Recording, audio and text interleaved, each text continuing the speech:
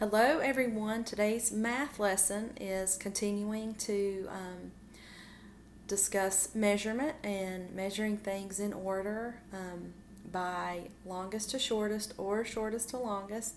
And you had a hands on activity that you are going to do today, and it involves cutting string or paper. I couldn't find any string, so I just used paper.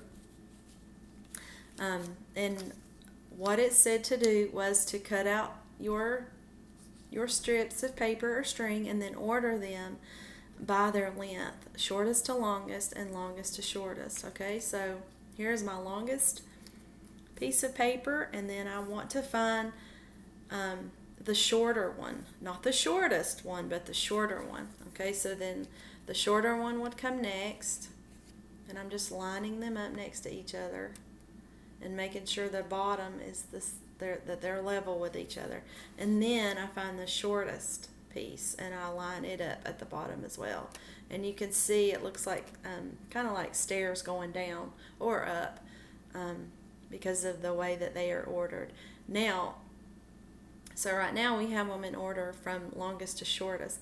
Let's try doing the same thing, but this time we're going to order them shortest to longest. So I would find my shortest piece and then my longer piece, and remember I want to keep them level at the bottom, and then my longest piece.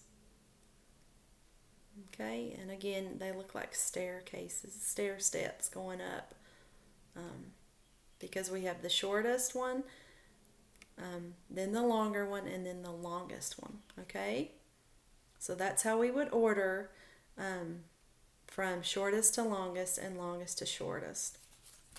Now, you have some questions that you're going to answer in your packet today, and we're just going to go through a few examples. Here, I just drew some lines, and if I were going to ask you to take your pencil and number them from shortest to longest by putting numbers beside of them, you could use the numbers 1, 2, 3. So if I said first, let's do longest to shortest, we would start here and put 1 because it is our longest line, and then 2 for our shorter line, and then 3 for our shortest line. Okay, so 1, 2, 3. Now, if I said order them from shortest to longest, we would start here with a 1 because it is the shortest line, and then 2 for our longer line, and then 3 for our longest line. And then down here, there is a part in your work today where you have some shapes and you have to fill in the blank by describing which shapes are longer than the other ones or shorter than the other ones. So here we could say the triangle is shorter than the rectangle, but taller. We could say taller this time because the shapes are standing up, and taller and longer is kind of the same thing. So we could say the triangle is taller than the square. Or we could say the square is shorter than the rectangle. Okay, so hopefully that gives you some more direction about what you need to do in your packet.